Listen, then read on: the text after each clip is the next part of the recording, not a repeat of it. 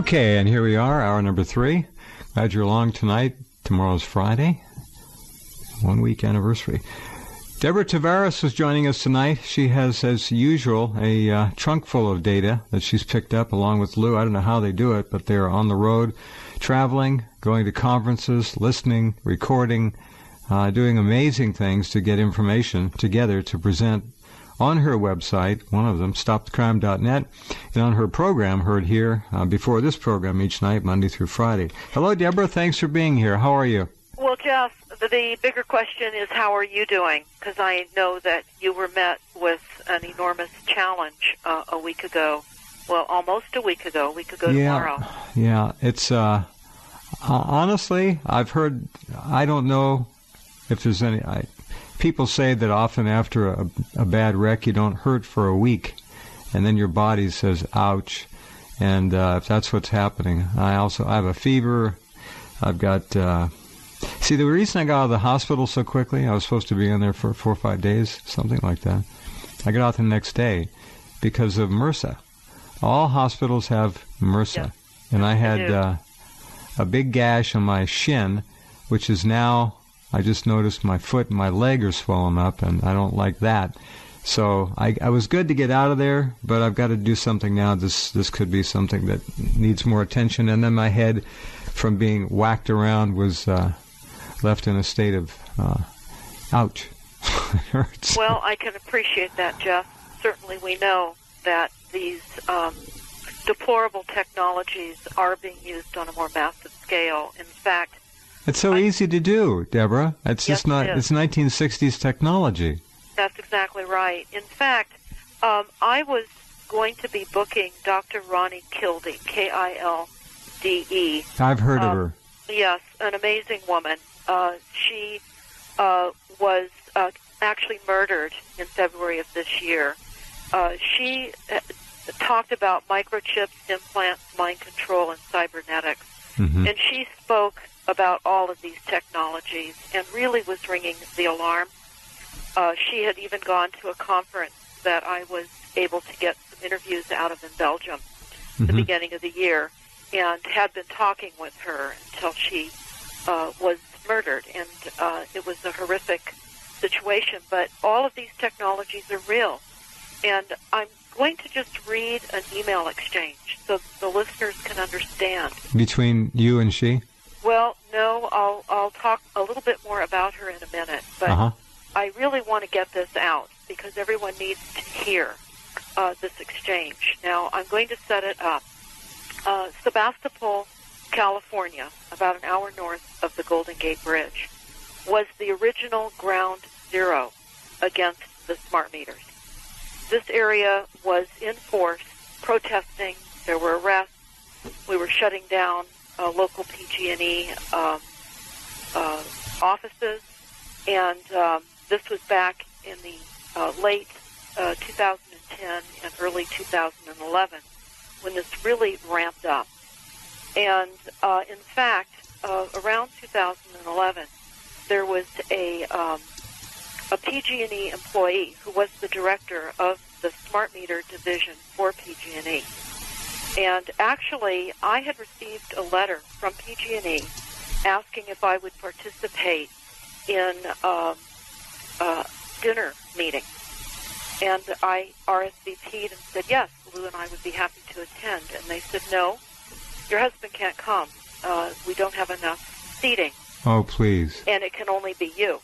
Right. I did go, Jeff, and I attended a total of 3 meetings. They had various educators about the smart grid. They were showing us smart meters, explaining how they were going to Do you work. think they could have shoehorned Lou in there somehow? Oh, there's no question that he couldn't have been there. But he wasn't. And so what my main question at the first meeting was, is what would happen if tenants in buildings that property owners own are invited into a class action lawsuit because the illness is generated from all of the increased frequencies, and particularly since owners of properties were not given a choice at that time whether they wanted a smart meter or not. And they brought in an attorney, a PG&E attorney at the second of the 3 meetings. They said that there was only an hour that he could be there. And he admitted during the first half an hour of his discussion that he really didn't know much about the smart meters. There was a tremendous amount of information that he still had to go over. He spent a half an hour really saying nothing. And I was getting irritated looking at the clock because I realized I needed to get my question answered and asked and answered. So I held up a piece of paper and I said, "Excuse me, but let's just say, for example, that this is a summons that as the property owner of an apartment, we were given, and we're now invited to participate in expending our funds in a class action lawsuit because the tenants are claiming they are now ill. How is PG&E going to participate in the support of a lawsuit in these circumstances?" And he said PG&E would not be liable or responsible in any way, that they were mandated by the California Public Utility Commission. And it was around that period of time that the smart meter director, who was in attendance at the 3 meetings that I participated in, was caught trying to impersonate his identity and get into a Google group that we were all in, communicating about the smart meters, etc. And he was caught, again, lying about his identity. And this ensued in litigation, and ultimately there was a fine. He was fired, and it became quite a several-year lawsuit with PG&E. And I believe, as I recall, it was about a $400,000 lawsuit that ended up getting paid by PG&E. And during that period of time, I and others received phone calls from the San Francisco Chronicle asking how it felt to be spied on by our utility company. And that was just shortly after my arrest. I was arrested on 1/11/11, and I told the Chronicle that this did not surprise me that PG&E was spying on their customers, because that's exactly what the smart meters were doing.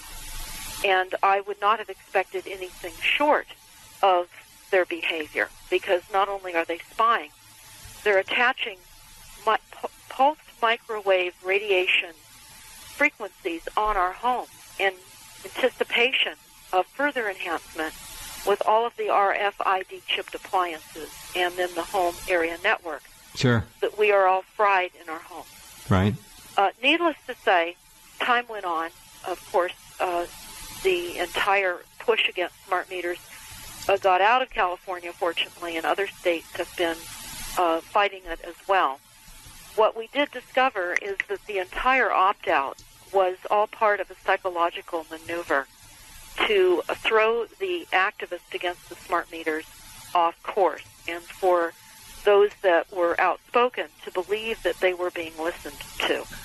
And the opt-outs were and always were only an appeasement plan to give people the illusion that the utilities worked for them and that the CPUC worked for us as well.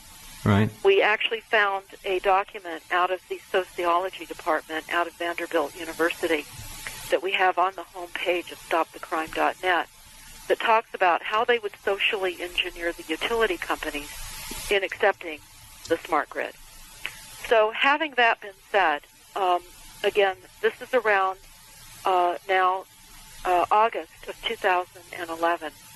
PG&E has since come under fire on many issues, and certainly the fact that they've been in collusion with the California Public Utility Commission. So what happened in order to create the illusion that the California Public Utility Commission actually regulated the utilities, which they don't, it's all Rothchilds, they slapped PG&E on the hand and required a document release. Well, there was a large document release, as I recall, about 7 or so months ago, and different members in this group, this EMF safety network group that I'm a part of, were going through these documents that were released by PG&E. And I'm going to read to the audience a document release, and it is extremely disturbing with that background in mind of what I said about everything starting here, literally in Sebastopol, California, again. Wonder why they picked Sebastopol. That was, again, ground zero for the anti-smart meter movement. That was really day one of the...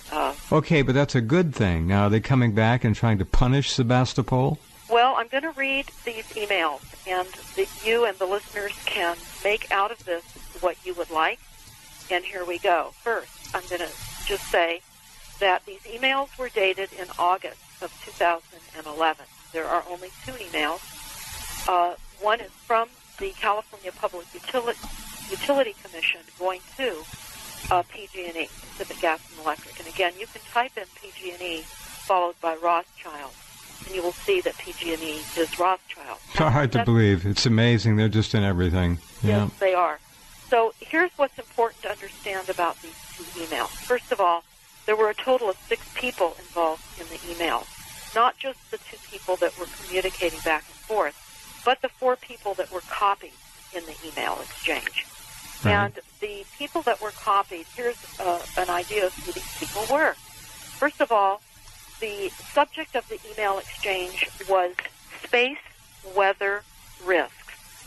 And the executive director of the CPUC was copied, the vice president of regulatory affairs, the CPUC attorney, and the interim director at the CPUC. And then, of course, the 2 people that corresponded directly and copied those 4 people. Here's the first email, again, dated August of 2011. This is from the CPUC to PG&E.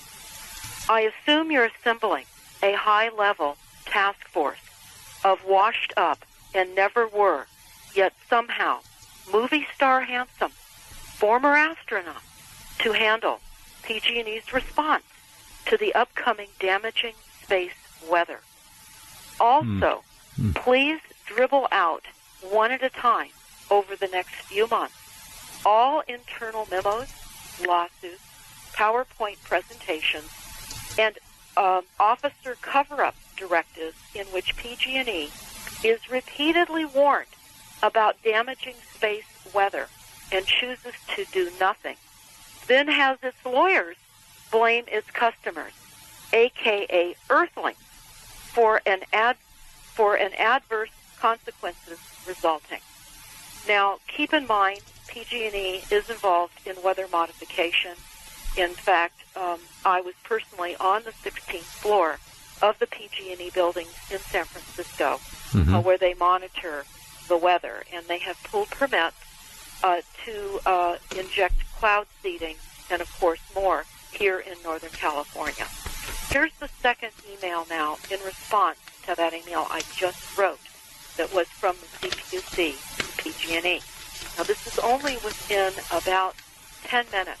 Can you talk a bit louder, Deborah? I think we're getting a little low. There we go. Now we're there. Yeah, this is only about a 10-minute delay before there's an answer back from the CPUC email from PG&E. This is now from PG&E. Just a reminder, we are the first to propose a solar generator in space that will beam RF waves down to a receptor site and convert it to DC current. We have changed our receptor site from the Mojave Desert to Sebastopol, California. Now, this is a very alarming. I sent this email exchange to some higher-ups, and I received some responses to this email and what they believe is meant. And this is the first comment response to this email exchange. I consulted with a top expert, a man who was a high official in an American electronics company with a classified job and deep knowledge about these matters. I have been able to come up with the following. This system is set of orbital sun collectors, which will concentrate sunlight and convert it to microwaves and send it down to a station to generate power. It, however, could be used by aiming to any target below within a certain radius to completely destroy all human life slowly in a large city. Very dangerous, unneeded means of generating power now that we have so many free energy means available. Obviously, most energy providers are associated with and under the control of the U.S. government and Intel. Here's the second comment to this email exchange. I agree with your assessment. This email exchange dated 2/11 is indeed very disturbing. I submit it is merely a wisp of the smoke from a recently fired gun, the visible tip of a very dangerous iceberg. I strongly suggest you immediately file a series of Freedom of Information Act requests targeting both the CPUC and PG&E in order to hopefully get a fuller picture of this complete iceberg and what has transpired concerning this to date. Okay. You, as a California resident, have every right to know what your public utilities are doing with your rate dollars. As you know, beamed microwave radio frequencies from space are the patented technique for manipulating the Earth's jet streams in order to turn selectively modified weather patterns worldwide. Climate change is genuine. However, I submit it is simply not the result of excessive human carbon emissions footprints as infamously claimed. The potential to generate electricity from beam RF waves is certainly a possibility with the existing technology, but I submit it is not the primary goal. I submit the necessary outer space RF generators are already in place and have been functional for at least a decade and a half. This is a very interesting trail of damning breadcrumbs that needs to be followed up, in my opinion. Then I have another comment, and this is interesting. The attached emails claiming the beam RF waves to Sebastopol is obviously a joke shared among PG&E and PUC staff. The technology for this has not even been developed, financed, or tested. It doesn't exist. It doesn't exist. And here's a comment back to that. Sadly, the tech has long since been used. Space-based weapons in conjunction with the wireless networks, along with frequencies used to disperse crowds, etc., are old technologies. Most people are unaware just how advanced tech has become. 6 people were involved in these emails, PG&E and CPUC, and the tech is real. So joke or not, when someone yells fire, we must investigate, don't you think? And then there's attachments showing the involvement of PG&E with weather weapons, which they are heavily engaged. As you know, Rothschild owns Weather Central. And also the involvement of Rothschild and PG&E. So what we had was an obvious targeting to incapacitate the initial group against the smart meters, because certainly when we read the documents about the successes of the deployment of the smart grid worldwide, California is mentioned repeatedly as being the troublemaking state for the refusal of smart meters initially. So I just want everyone that is listening to understand the degree and the types of weapons, because, Jeff, you certainly experienced the likelihood of weapons while you were in your vehicle, and they use these weapons on cities and crowd disbursement, and they can increase anger. They can cause all kinds of physical problems that people normally would not. Absolutely physical and emotional problems as well. We have to keep in mind that we are electrical beings, and there's a frequency for damn near everything. So if they blast you with it, you're going to get that kind of a response. That's exactly right. If it's go to sleep time, we just take a half second, and your car is out of control. And I'm not saying that's what happened. I don't know. I don't like to be dramatic about things, but it's certainly a possibility. Well, that's absolutely right. Now, I just wanted to share with the listeners on Ronnie Kilde's behalf, because she was murdered, and she spent many years getting out the information of targeted individuals, those people that are targeted with electromagnetic weapons, harassed, traumatized, and tortured. Generally, their employment is eliminated. They are injured constantly. They're in pain. They suffer.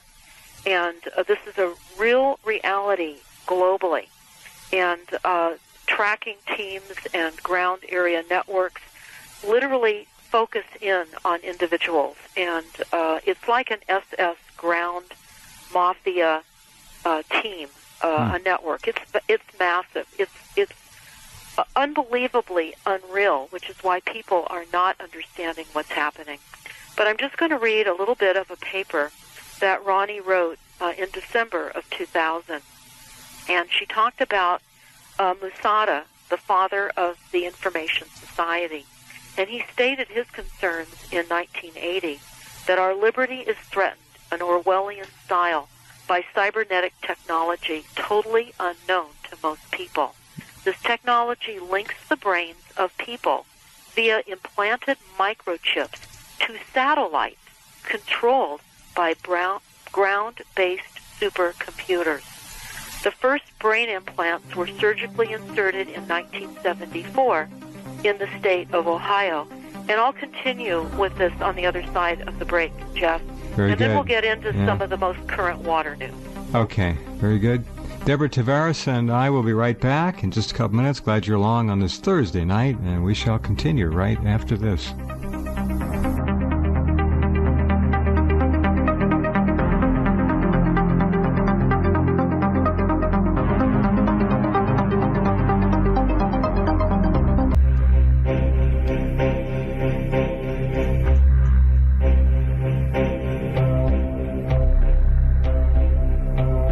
Okay, I'm back with Deborah and talking about things that most people would never believe, but they're all true. Okay, Deborah, go ahead.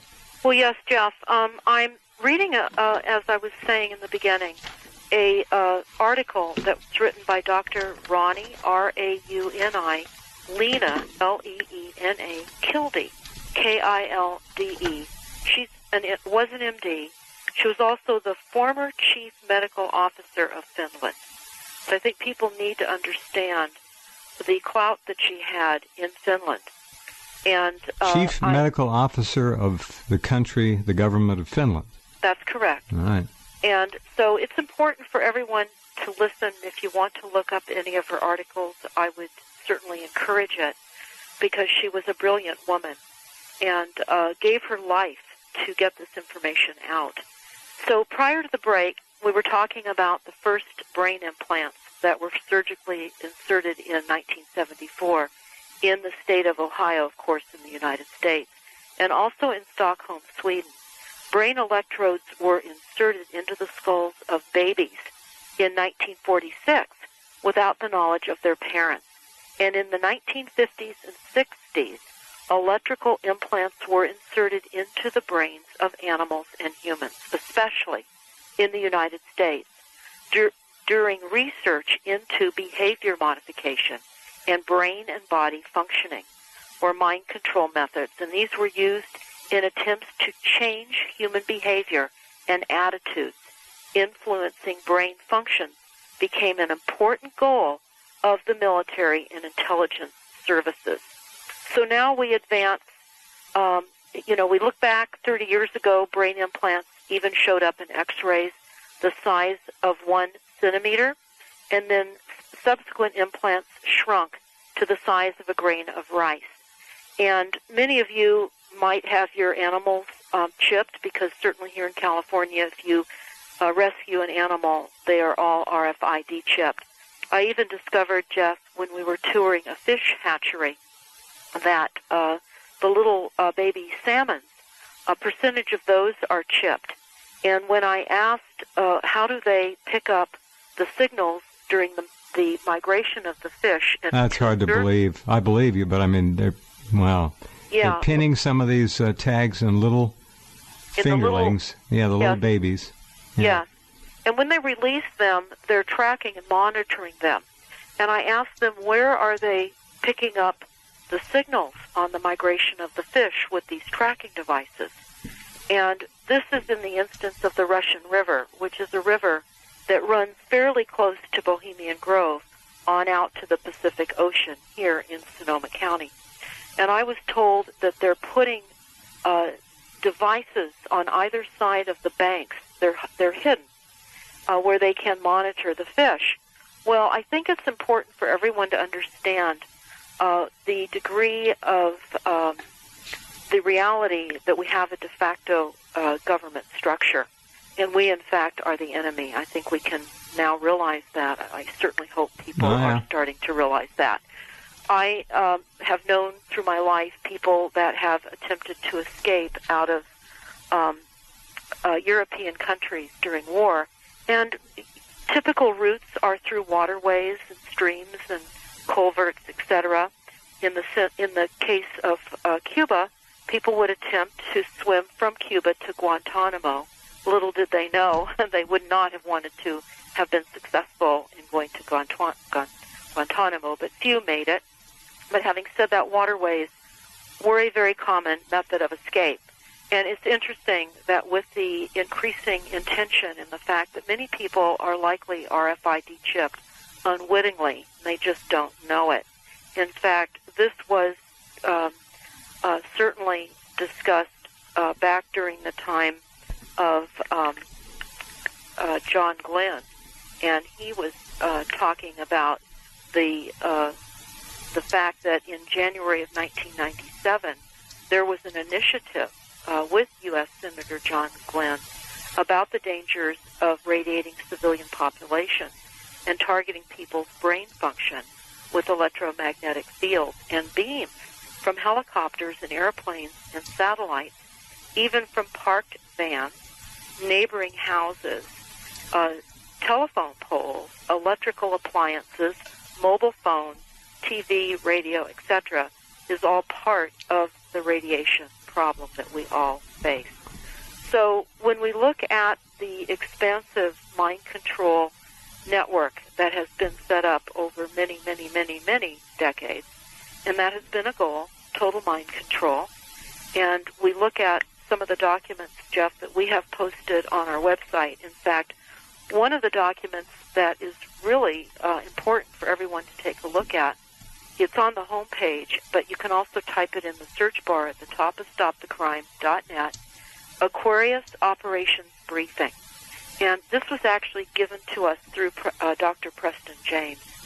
And it talks about the planned chemical sedation of the population and then the use of radio microwave frequencies for mass mind control. And it specifically talks about how over many, many years we would be poisoned with chemicals. There would be a polypharmaceutical saturation, and that's already been achieved. And that's been ongoing for the past 20 years. And then there would be the introduction and exposure to everyday use of public water supplies that are poisoned and airborne pollutants. In other words, the full array of the poisons that we've already been seriously saturated with, and then how the increased use of frequencies would work in tandem with the saturation levels of the poison. And it would literally turn a person into an assassin. It would take over their mind. Again, this is the Aquarius Operations Briefing. It's about a 50-page document. The last few pages shows cell phone towers and other methods in which these frequencies would be used upon the population. But Ronnie Kildee talked about how today's microchips operate by means of low-frequency radio waves that target people. Yep. And with the help of satellites, the implanted person can be tracked anywhere on the globe. I can tell you, Jeff, right now, many people are buying frequency equipment.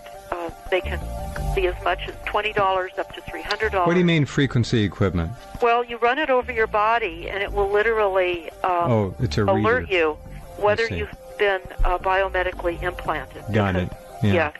That's going to become something rather important for I'm sure it will. To obtain.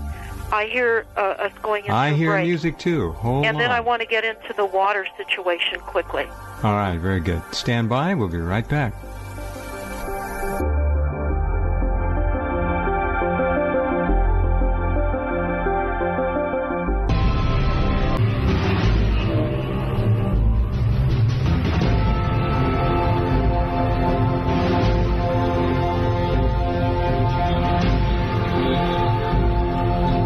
Okay, and we're back with Deborah. All right, Deborah, talk to us about water.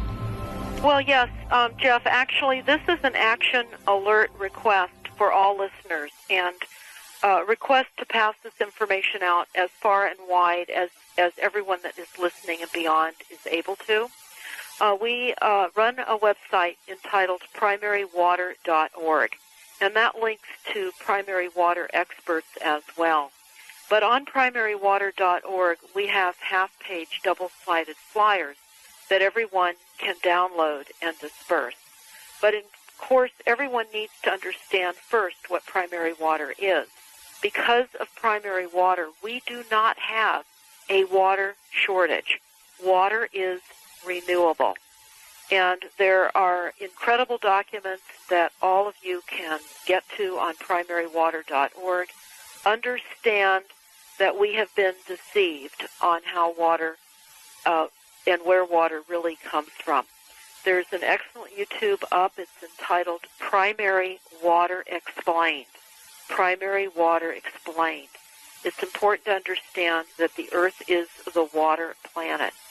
And primary water is good news, and it will provide us with all the water we need.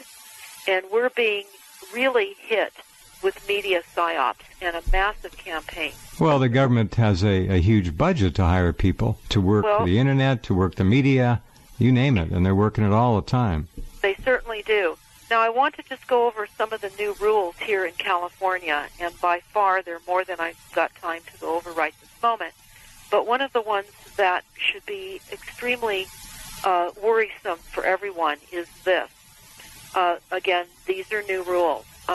The state is going to be directing state departments to provide temporary relocation assistance to families who need to move from homes where domestic wells have run dry to housing with running water. Now, this is why understanding where water comes from is essential, because we have many overpumped groundwater basins, and some of the shallow wells are overpumped and they are running dry. However, given time and reduced pumping, they would likely refill. Mm-hmm. And the groundwater basins could be recharged much more expeditiously if primary water wells were drilled and that water was allowed to recharge these overpumped areas like the San Joaquin Valley. And this is essential for everyone to know. Every bit of land mass is floating on water, and that's why it's so important to watch the YouTube Primary Water Explained and go to primarywater.org for more information. But I want to just go over a couple of the recent media psyops campaigns that have just come out in the last couple of days. Our Governor Brown has urged fines up to $10,000 for water waste during this California drought. Now, of course, most of us know the drought is intentionally created. But Brown announced this past Tuesday, that they're going to be granting new enforcement powers to local agencies in California's ongoing drought, including penalties. What do you mean when you say local agencies? And talk a bit louder again if you can. Yes, they're going to be granting enforcement powers to what local agencies? Now, it does not enumerate, but I would be imagining we're talking about the water agencies, we're talking about city agencies. Your friendly water meter reader, while there's still any around? Well, certainly many people do not yet have smart meters on their water, but they will be sending Stasi groups around. This has been going on now for a while in some areas, where good want-to-be neighbors will report on other neighbors if they see what appears to be overuse of water. But it goes on to say that the governor's office said that legislation proposed by Brown would let public agencies deputize staff to issue water-related citations among other measures. Yeah. And you might think this is just another installment in a long enterprise to live with changing climate and with drought and uncertain duration, Brown said. So the fines are a water increase. Easier to blame people for overuse than to try to push and get fines approved. So this is a water increase. They're making certainly the original conversation of $500 fines seem rather tolerable when you now hear $10,000 water fines. So this is just a psychological adjustment to, of course, accept the $500 fine. I also want to point out that most recently, too, just a day or so ago, Governor Brown also increased the California's greenhouse gas emission targets, and they're getting tougher. And my comment on this, of course, is climate change policies are creating new global markets, and it's based upon greed and false science. Oh, you bet. Sure. Of concealing the real cause of climate change. And, of course, we know, most people know, that the government, corporations, and militaries and international bankers control the weather and have weaponized weather to target, create fear, and drive relocation of populations into resilient cities. Resilient cities, interestingly enough, Jeff, were pioneered by the Rockefeller Foundation, and they are intended to help communities absorb shock and better respond emotionally to destruction and death. Resilient cities are engaged in reducing CO2 emissions. Resilient cities, boy. You drive into a town, there'll be a big billboard there. This is a resilient city. It used to say this is a tree city. Now it'll say it's a resilient city. Well, that's true, and the resilient cities are engaged in reducing CO2 emissions and identifying people that are not trauma prepared. So resilient cities are about making and helping people emotionally and physically adapt to the shocks and trauma of all the weaponization that we're facing. It's crazy. It is. Everybody who breathes should be declared a public enemy and taxed because they spew carbon dioxide. I mean, it's all nuts. Well, it is, and because it's getting more nuts by the minute, it's important for everyone that's listening to take some action. And what can they do? No, seriously, what can they really do? If they send off an email, the delete key. Goodbye. If they fax, the trash can. Well, if they mail... I think, Jeff, what we have to do is empower people to the knowledge of water. Certainly because we cannot live without water. And whether it serves us in ultimately benefiting by getting to it, just the knowing that the water science is being withheld from us, just like petroleum. We were always told that petroleum is a fossil fuel. And we know now that that was just all part of what Rockefeller did to create more profits with the illusion of a finite resource. And as we like to say, petroleum never came from dead dinosaurs. So just as water is now the new peak oil, it's now the new peak water, and that's not true. And while those of us that understand this are still alive, we must spread this information far, far and wide, because the water surfaces many places all over the planet in hot and cold springs. In fact, there's a wonderful photograph on the primarywater.org website of a geyser called Fly Geyser, F-L-Y Geyser, and it's on private property in Nevada. And it was actually a well that was dug about 100 years ago, and they hit water that was about 200 degrees. They capped it, and the cap eroded over time, and the water just has been spewing out consistently ever Geyser. since. It's a geyser called Fly Geyser. It's quite beautiful, and the landowner at the time drilled in another location and hit water, not hot water. But right now, the governor in California, just a couple of days ago, has set new cuts for us to meet the reduction of greenhouse gas emissions. He's cutting emissions to 40% below 1990 levels by 2030. The previous goals, which were set during Schwarzenegger's administration, were to reach 1990 levels by 2020, and then 80% below the standard by 2050. So let me repeat this.